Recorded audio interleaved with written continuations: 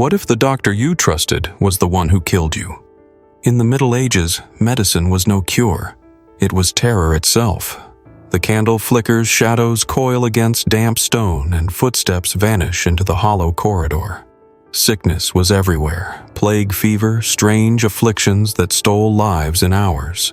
But the so-called treatments were often worse than the disease leeches that drained victims to the brink of death poisons, disguised as miracle tonics, skulls cracked open by crude drills. And beneath the doctor's chamber floor, something darker still was hidden, sealed away for centuries. What secret did they bury, and why? Stay with me until the end, because the answer will haunt you. In medieval Europe, illness was not just a physical condition, it was a sentence handed down by gods or demons. Doctors were feared as much as priests, their tools resembling weapons more than instruments of healing.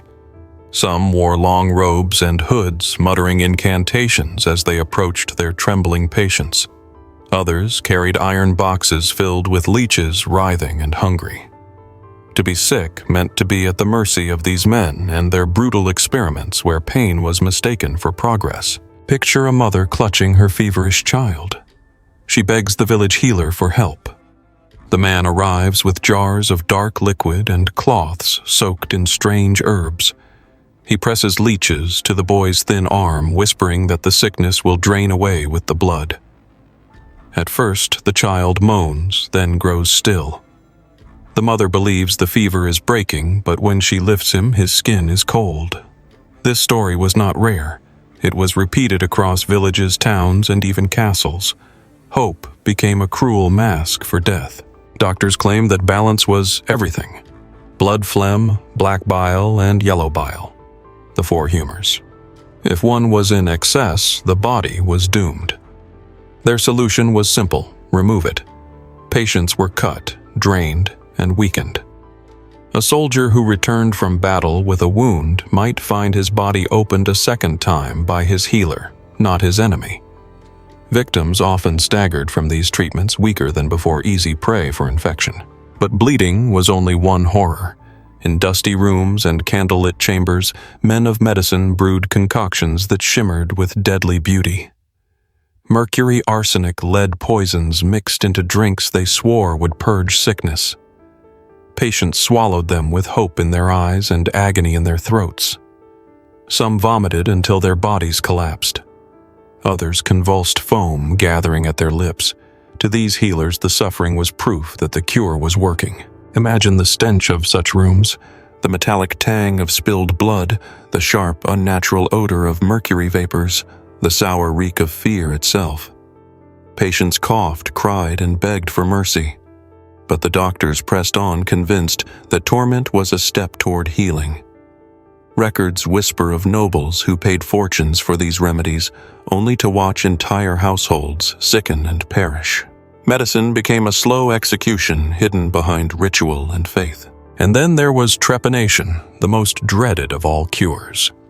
With crude iron drills, healers bored holes into the skulls of the living, claiming to free evil spirits trapped inside. The sound was unbearable, bone grinding under steel. Blood ran down faces, pale with terror. Some patients screamed until their voices broke. Others fell silent in shock, their bodies twitching in the chair. If they survived, blindness or madness often followed. Yet the practice continued, passed down like sacred knowledge. A tale from the German countryside tells of a farmer's daughter plagued by seizures. The local physician declared her possessed by demons and promised salvation through trepanation. Her family watched as he pressed the drill into her head, chanting prayers with each turn. Hours later, she lay lifeless, her soul supposedly freed. But what remained was only grief and whispers that carried from farm to farm, warning others of the healer's touch. Not all were willing victims. Some tried to flee, hiding from the doctors they once trusted. Villagers barricaded their doors, muttering that the so-called cures were curses. Yet when plague swept through, desperation drove them back into those blood-stained rooms. Better a cruel hope than no hope at all. And so the cycle continued. Sickness treatment, death and silence. Silence, except for the scratching of quills as healers recorded their experiments in secret journals. Those journals, unearthed centuries later, reveal chilling truths.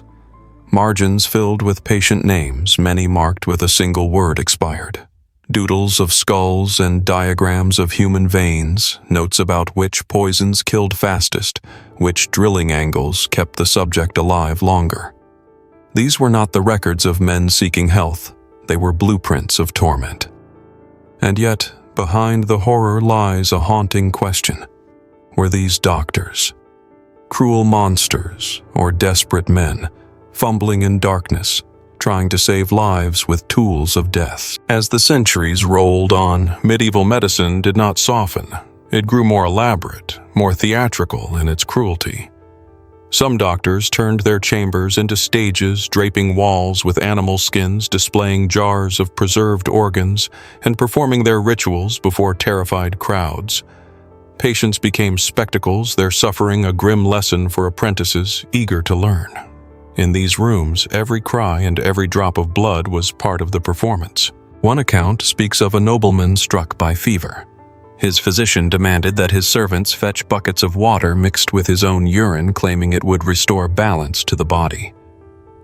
For 3 days, the nobleman drank nothing else. His lips cracked, his skin yellowed, and his strength ebbed away. When he died, the doctor declared the treatment had been too late. Yet still he was paid in gold for his valiant effort. Mercury, too, was praised as a miracle cure. Shining like liquid silver, it was swallowed, rubbed onto skin, and even inhaled as vapor. Physicians assured their patients that its burning pain was a sign of healing.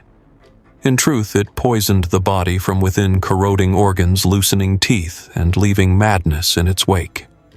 There are whispers of entire villages driven to trembling insanity by mercury-laced remedies. Trepanation also evolved into darker forms. Some doctors drilled not just once, but many times, covering a patient's skull with holes until it resembled a honeycomb. The excuse was always the same: the evil had not yet escaped. Survivors often wandered the countryside dazed, with bandaged heads and eyes that no longer saw the world the same.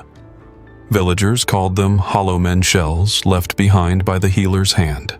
For families, the cost was unbearable. To seek a doctor's help meant selling livestock, heirlooms, or land. A widow in France pawned her only cow to pay for her son's treatment. He was bled until he collapsed, and the widow left with nothing. No son, no cow, only the gnawing question of whether she had delivered her child into the arms of death herself. Stories like hers passed through villages like poison on the wind. Yet some healers became celebrated. They traveled from castle to castle, welcomed as saviors, their arrival announced by ringing bells. Behind them trailed the graves of hundreds. But who would dare accuse a doctor when their authority was blessed by priests and kings? In their cloaks of velvet and fur, they resembled prophets more than butchers, their words gospel to desperate ears. The church often reinforced this trust. Priests declared that suffering was wholly a purification of the soul. If a cure caused agony, it must be working. And so patients endured torture, willingly believing each gasp of pain brought them closer to salvation. In dim candlelight, faith and fear intertwined until they were indistinguishable. Few dared to question, for doubt itself was treated as sin. But cracks began to show. A monk in Italy secretly recorded testimonies of survivors. Men left paralyzed women, made barren children robbed of speech. His writings accused physicians of cruelty and deception. He claimed their chambers were not hospitals, but laboratories of pain. The monk's scrolls were hidden away, whispered among the faithful as dangerous heresy. To accuse a doctor was to accuse the very order of the world. Still, rumors spread. In markets, hushed voices told of healers who collected more blood than they could ever use, storing it in basins beneath their chambers. Some said these doctors sold the blood to alchemists. Others believed they drank it themselves, convinced it would grant them strength. Truth or superstition? The effect was the same: fear grew like rot in the heart of every village. One chilling tale comes from Prague, where workers restoring an abandoned cellar found bones scattered in the dirt. Among them lay rusted drills, cracked jars of mercury, and iron hooks bolted into the walls. Records revealed the cellar had once belonged to a physician of great renown. His patients had entered seeking healing. Their remains testified to what they found instead. And yet his name was still honored in the city's archives, remembered not as a monster, but as a pioneer. In the shadow of a cathedral town, a young apothecary named Thomas began to notice a pattern. Patients who visited the famed physician on the hill rarely returned, and those who did walked as if their bones had been hollowed out. Thomas kept a ledger in secret sketching routes, names, and dates. His fear curdled into curiosity, and curiosity into resolve. One rain-drowned night, he followed the physician's cart up the cobbled road, counting the lanterns in the windows and the silhouettes that moved behind stretched parchment panes, each flicker measuring out a heartbeat toward something unspeakable. Inside the hilltop house, the physician's theater smelled of camphor and something sweeter, a treacherous perfume that masked rot. Thomas watched through a slit in the shutters as the doctor performed restorations on a merchant's wife. Leeches rose like black punctuation from a porcelain bowl. A silver vial, mercury glittering like a shard of moon, kissed the woman's lips. A prayer shivered the air while the crowd nodded as though pain were proof of progress. When the woman's breath failed, the physician closed her eyes with 2 fingers, pronounced the humors at peace, and praised her soul for its obedience. Word of the woman's death reached a parish priest named Father Adrian, a man whose sermons were gentle but whose conscience was a blade. He visited Thomas under cover of night, thumb pressed to his lips in a vow of silence, and asked to see the ledger. Under a single candle, they traced the same circle of names returning to the hill potter, seamstress, mason, orphan, each annotated with a date and a single chilling sigil Thomas invented to spare himself from writing the truth, a tiny tear for vanished. Father Adrian confronted the physician publicly, the square thick with market noise and the clatter of iron-shod wheels. "Your cures empty the town," he said, voice steady. The physician smiled, a courtly curl of the lip that had charmed nobles and governors. "I serve God by suffering," he replied, lifting a velvet pouch that clinked with coin and glass, "and those who doubt me fear the cost of faith." The crowd shifted, cowed by titles and silk. When the physician turned away, Father Adrian saw the man's hands steady as marble, blood lined deep under the nails. The next patient was a miller's boy who stuttered when frightened. His mother begged for gentleness, promising payment in sacks of flour. The physician agreed, then bound the boy's arms and set a bowl beneath his elbow. The blade kissed the skin, and the boy trembled not from pain but from shame, a child's terror of failing to be brave. Thomas smuggled in as an assistant, counted the drips, and thought of harvest rain more than a field could bear, more than a body could survive. When the boy fainted, the physician hissed that fainting was a sign of demons leaving and cut deeper. That night, Thomas searched the house alone, every board a complaint under his feet. He found a study where jars held preserved organs, and a desk crowded with quills worn to nubs. Papers lay in careful stacks, and under them a parchment labeled in a hand both elegant and cold, "On the limits of the living." It read like a sermon written by a knife. Calculations of blood loss against pulse of skull perforations, against prayer length of mercury drafts, against the number of Ave Marias required before breath surrendered.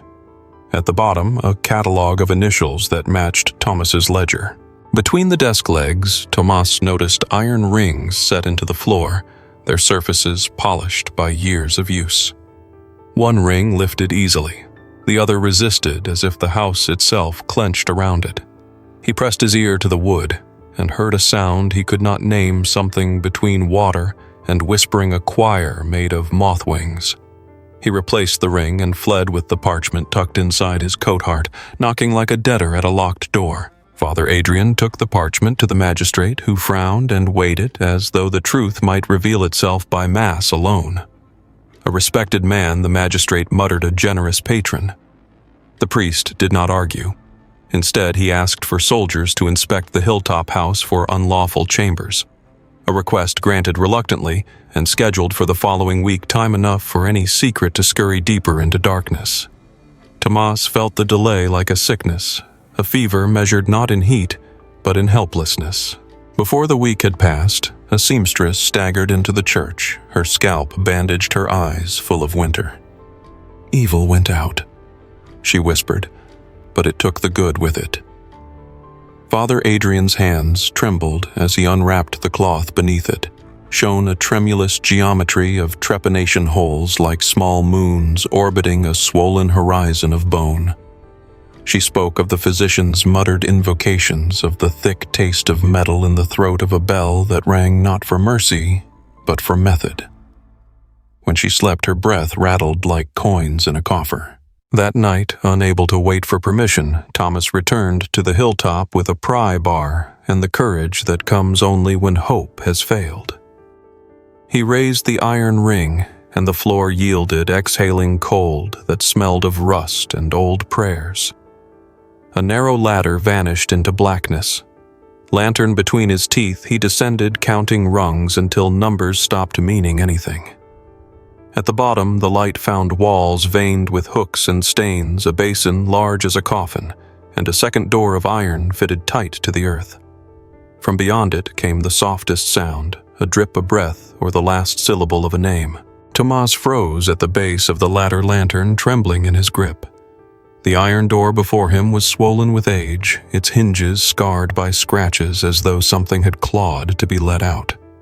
He pressed his ear against the cold metal and caught fragments of sound, low moans, or perhaps only the echo of dripping water. His heart raced.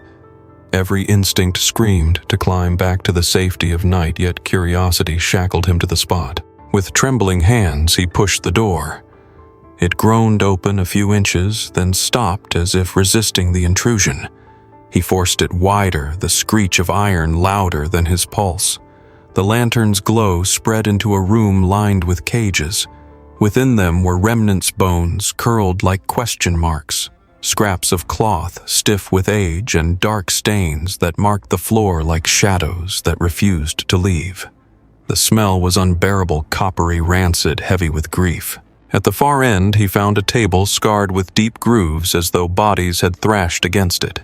Chains dangled from the sides, their iron links blackened by blood that no years could erase. Above, nailed into the beam, hung masks carved from wood and bone, grotesque faces frozen in agony. Tomas staggered back, nearly dropping the lantern, for he felt not just the presence of death, but the echo of every scream that had ever filled that room. Among the debris lay a thick book bound in leather. He opened it with shaking fingers. The pages were filled with sketches of human anatomy, precise and meticulous. But beside them were notations that chilled him. Survived 7 drillings. Mercury, 2 spoonfuls extend the pain. Bleeding prolonged life expectancy of experiment by 1 hour. These were not cures, but trophies of cruelty written with a pride that was colder than any grave. Tomas fled the chamber and returned to Father Adrian, his face white as the moon. He dropped the book onto the altar, its thud echoing through the church like a verdict. Adrian read in silence, his lips moving over the words, until finally he crossed himself and whispered, "This is not medicine. This is worship of suffering." Together, they planned what must come next to reveal the truth before more lives were claimed.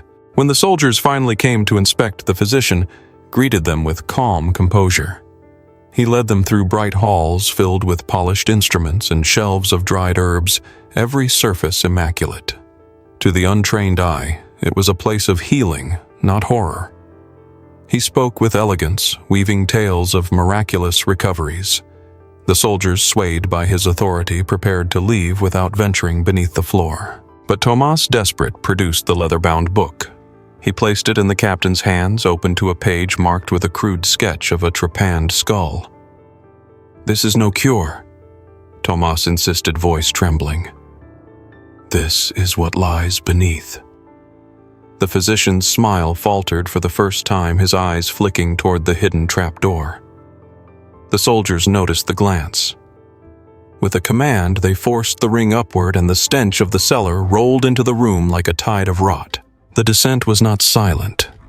Boots clanged against iron lanterns, swayed, and muttered prayers filled the narrow shaft. At the bottom, the soldiers found what Tomas had seen: the cages, the chains, the blood-dark stains that told a story too vile to deny. One soldier vomited, another crossed himself over and over. The captain's face hardened as he whispered, "No saint of medicine keeps chambers like this." The physician was seized, his protests rising in elegant Latin that crumbled into frantic shouts. He declared the experiments holy, that pain revealed divine mysteries. But his words fell into the dust of the cellar where truth could no longer be hidden. He was dragged through the streets, his robes torn, his mask of dignity shattered before the very people who had once praised him as savior. Yet even in chains, his eyes glimmered with defiance. He spat at Thomas, calling him blind, claiming that centuries hence men would praise his genius. "The world fears what it cannot understand," he hissed, "and I have touched truths that none of you dare." Those who heard him shuddered, for they sensed that somewhere within his madness lay a dangerous seed. The thought that suffering might yet be mistaken for science. The trial was swift but unsettling. The physician stood in a crowded hall, shackled yet unbroken, recounting his methods with chilling pride.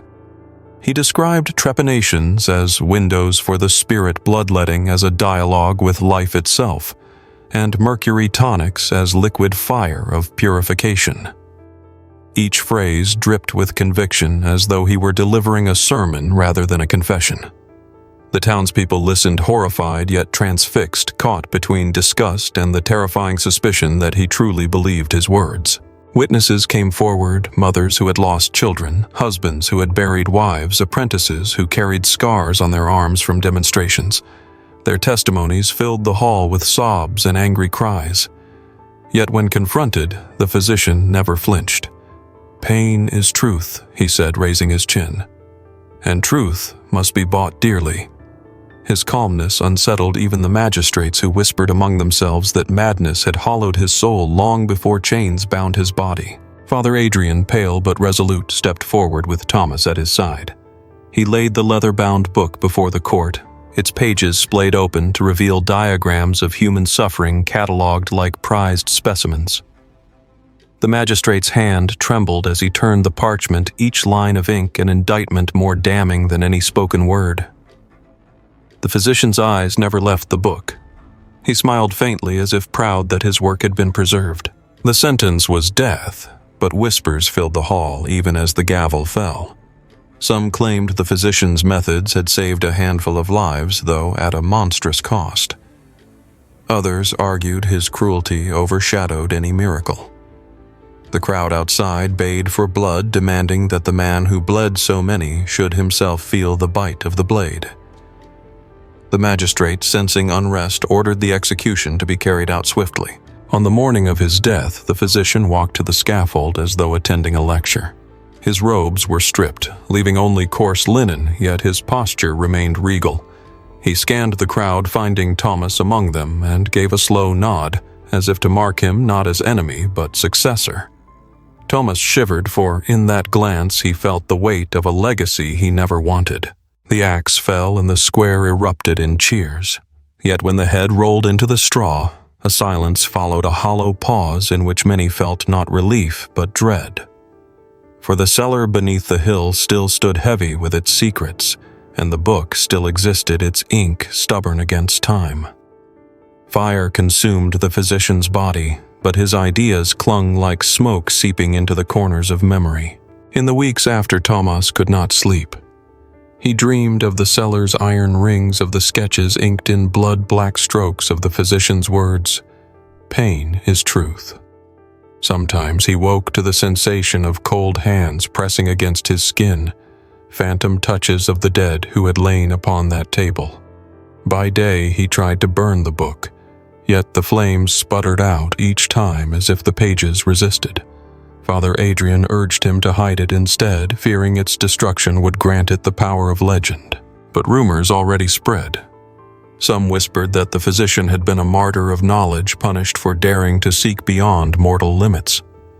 Others spoke of apprentices who vanished into the night carrying fragments of his teachings to distant lands.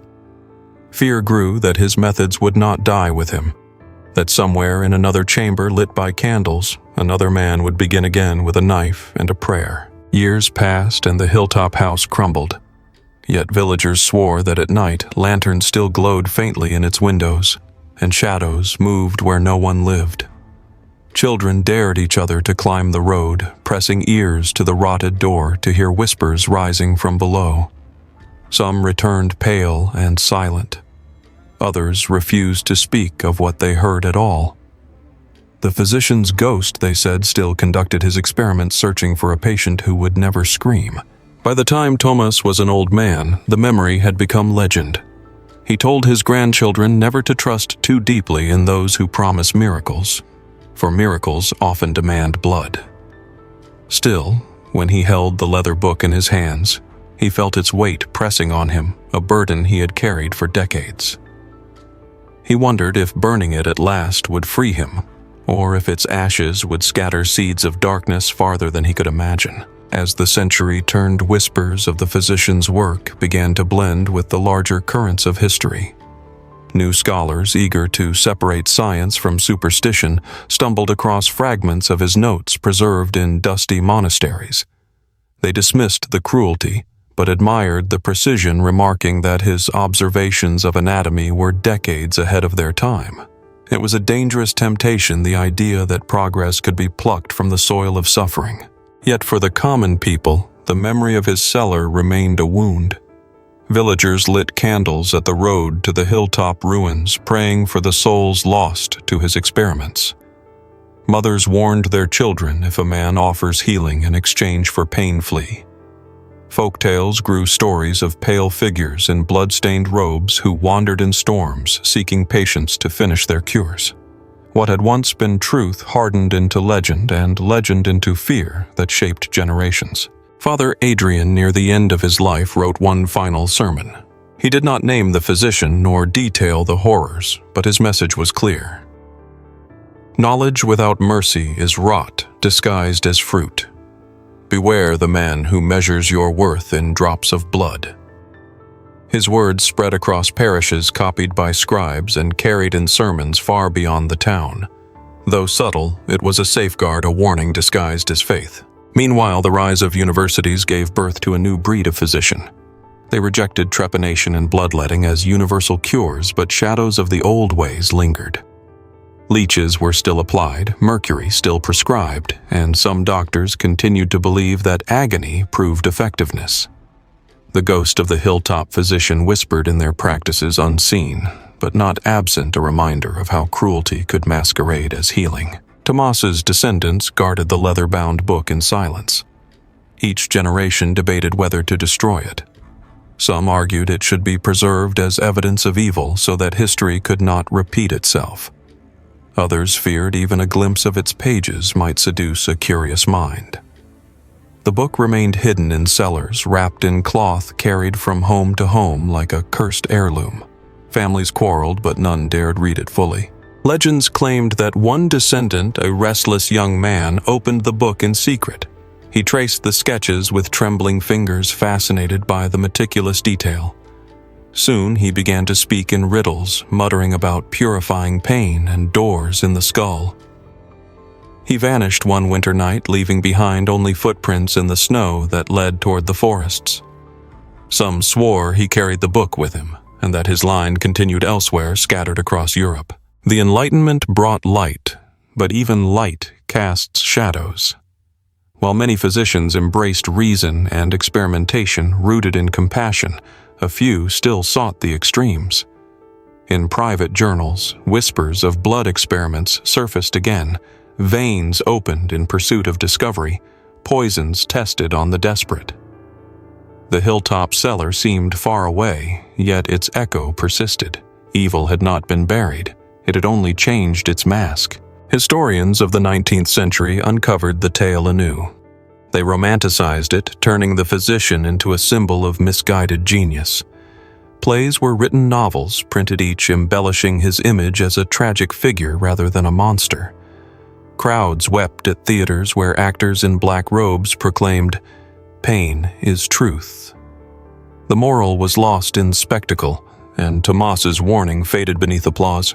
But for those who knew the full story, the families who still whispered their losses, the priests who repeated Father Adrian's sermon, the physician was no martyr.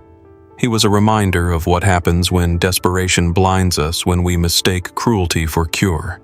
His story was passed not in books, but in kitchen whispers, fireside warnings, and lullabies twisted into cautionary songs.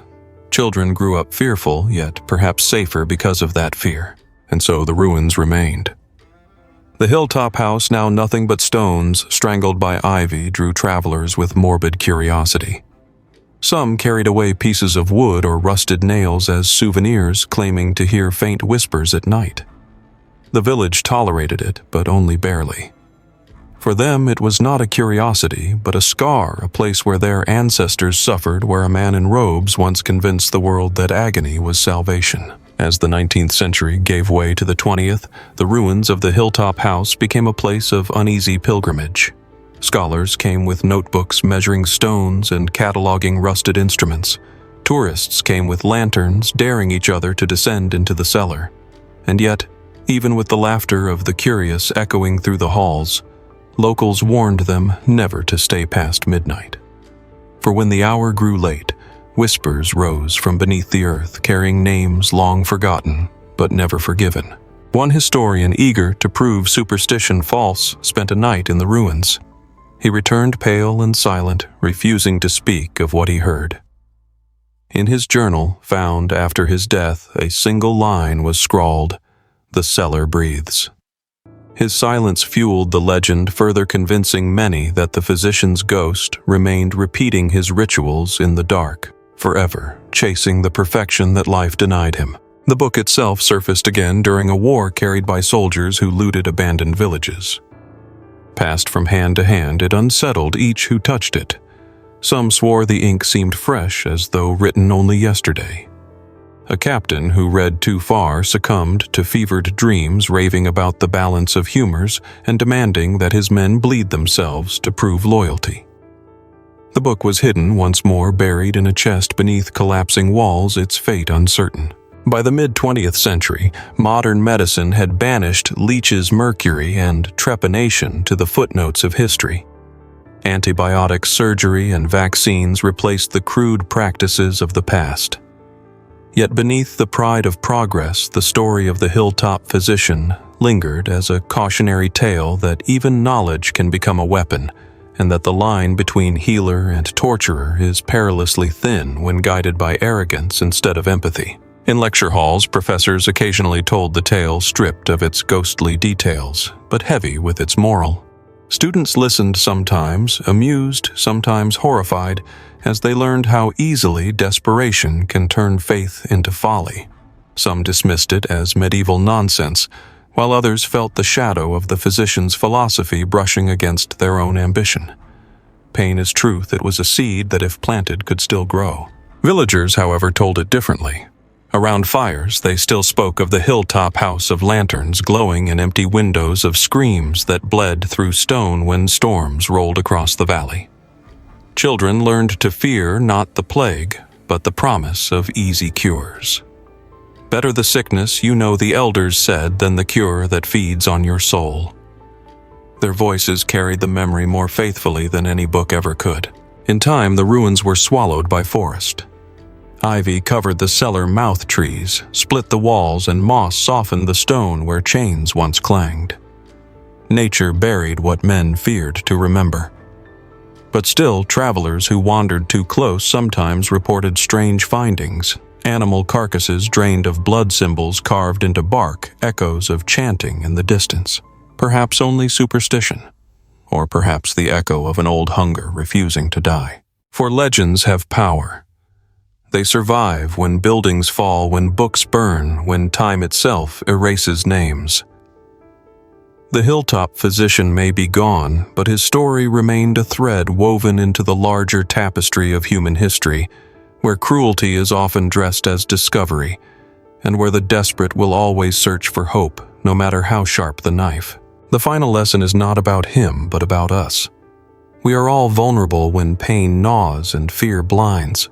We look for answers even in the darkest corners, and sometimes we accept horrors disguised as salvation. That is why the memory must endure not as entertainment, but as warning. To remember him is to remember that knowledge without compassion is a curse, and that healing without mercy is only another name for torment. So when you next hear of a miracle cure, a promise too perfect to question, think of the hilltop house, the iron rings, the book that refused to burn. Think of Tomas' father Adrian, and the countless voices silenced in the name of healing. And if this tale unsettled you, if it reminded you that the past is never truly dead, then subscribe now, for here we will continue to uncover the darkest corners of history where truth is stranger and far more terrifying than fiction.